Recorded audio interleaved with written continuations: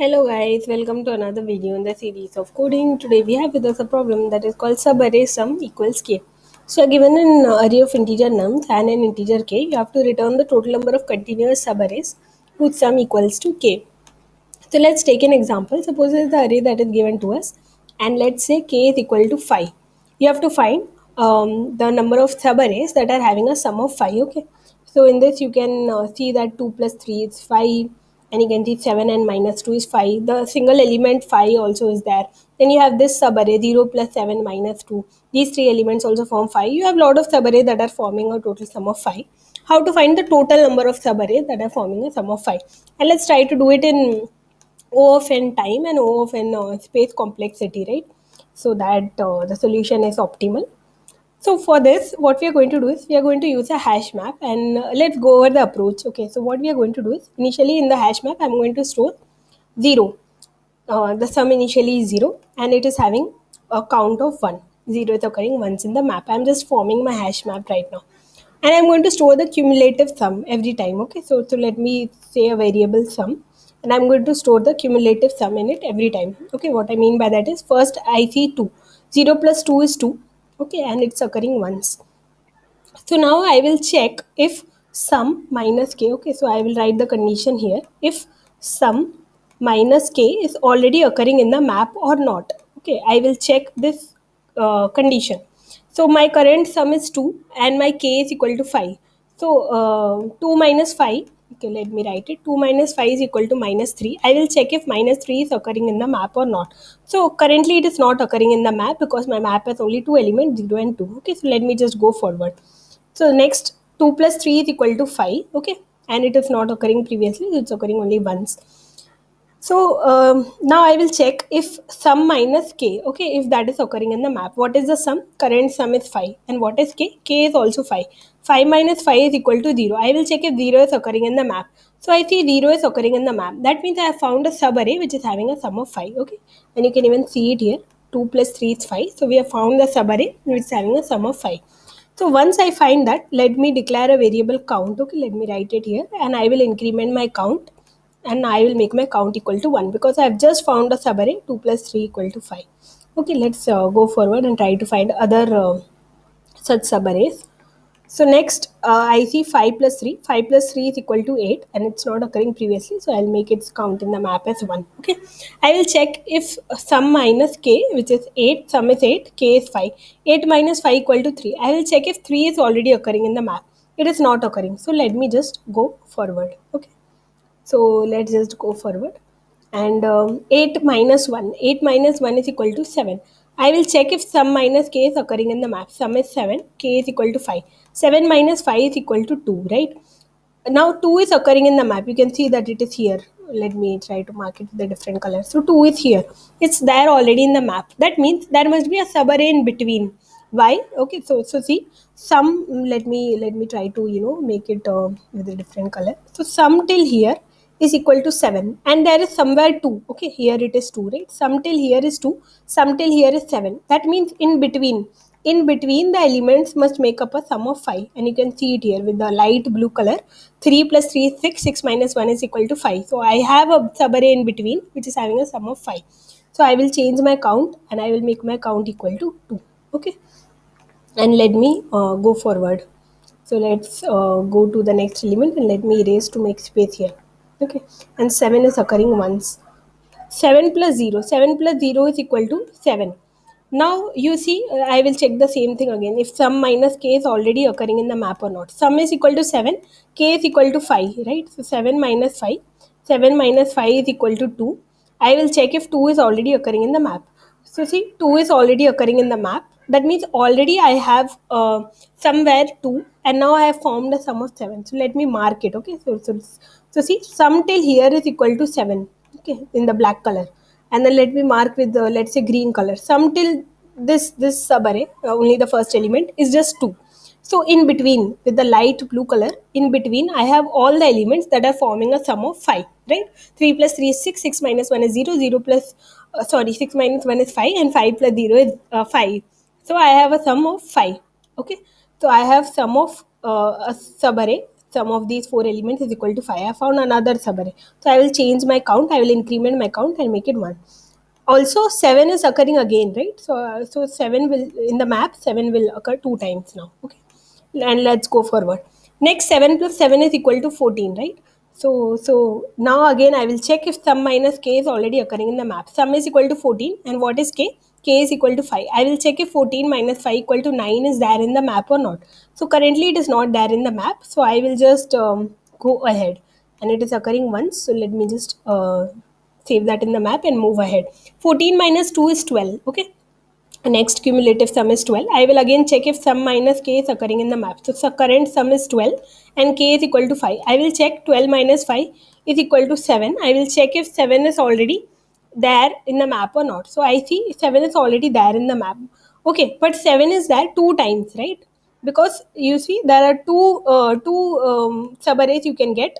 So let me even show the subarrays too, so that this example is clear. See, currently you have sum till here equal to 12. Okay, in the black color I have marked the elements which are adding up to give a sum of 12. Okay, let's check. 2 plus 3 is 5, 5 plus 3 is 8, 8 minus 1 is 7, 7 plus 7 is 14, 14 minus 2 is 12, right? So all these sum marked in the black color is giving a sum of 12. Now two times I have a sum of 7. Okay, so see once here, let me mark it with different colors. So once I will mark it with the, let's say, pink color. So in the pink color I have elements which are giving a sum of 7. Okay, all these elements. See, 2 plus 3 is 5, 5 plus 3 is 8, 8 minus 1 is 7. All the elements in pink color are giving a sum of 7. And in the black color, I have marked the elements that are giving a sum of 12, right? So I have a subarray in between. Okay, this subarray of all the remaining elements. Okay, these elements 0, 7 and minus 2. These elements are giving me a sum of 5. That is what I need, right? 7 minus 2 is 5. So I can increment my count. But I also have another subarray which is giving me a sum of 7. Okay, let me now erase this and mark that subarray. So see, if all the pink marked in pink elements up to this particular value, right? So let me mark it properly. So all these elements are again giving a sum of 7. So 2 plus 3 is 5, 5 plus 3 is 8, 8 minus 1 is 7, 7 plus 0 is equal to 7, right? So I have all these elements which are again giving me a sum of 7. And I have another subarray which is again marked in pink, right? So these two subarrays are giving me a sum of 7. Okay, another subarray, because there's a zero in between, right? So the first four elements or the first five elements both are giving me a sum of 7. So all the remaining elements, right? So all the remaining elements will form a sum of 5. So I think it has got very messy, but what I am trying to show, I will still mark it with this color. All that. So I have two subarrays here. You can see one subarray is equal to 7 and minus 2. These two elements. One subarray is 0, 7 and minus 2. These three elements. So I have got two subarray. So because I have got two subarrays, I have incremented my count only once. I should increment it again, and now my count is equal to 5. Okay, because 7 is occurring two times in the map, so that is why count should from 3 it should increment and become 5. Okay, let's go ahead and last example. Okay, so now 12 plus 5 is equal to 17. So now I will check if sum minus k is already occurring in the map. So sum is 17. 17 minus 5 is equal to 12. So I will check if 12 is occurring in the map. So 12 is not occurring in the map. So it is actually occurring in the map. So yeah, it is occurring in the map and it is occurring once in the map. So you see, in the black color I have marked all those elements, they are having a sum of 12. And let me try to mark in green color. In green color I have marked the elements that are having a sum of 17. So 17 minus 12 is 5. That means in between all the elements, remaining element, that means only the element 5 that is having a sum of 5. So I should again increment my count by 1, and I will increment my count and it will become equal to 6. Okay, so this is the logic for this code and my count will be 6. I have 6 subarrays in this. Let's just try to code it. So what we'll do is we will declare a map. So initially let's just declare a map, and is going to take int comma int, one for storing the count and one for storing the cumulative sum, right? So these are two elements in the map and I will just name it m.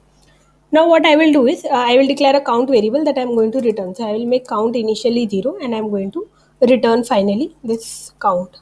So we have to return the number of subarrays. So that is what we have to return, and I am just making the variable as called as count.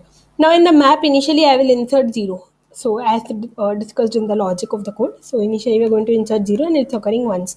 Okay, now remaining we will iterate over the elements. So let's iterate over the elements. So for int I equal to 0, I less than nums dot size I plus plus. So we are just iterating over the array and we are going to check the elements, right? So we are going to have cumulative sum each time. So let me write a variable sum, and let me initially make it 0, and each time I am going to increment sum, right? So sum plus is equal to nums of I. So every time it's going to give me the cumulative sum of the elements till that particular value. And what I'm going to do is I'm going to do the condition check as discussed in the logic of the code. So we are going to check this condition if sum minus k is already occurring, right?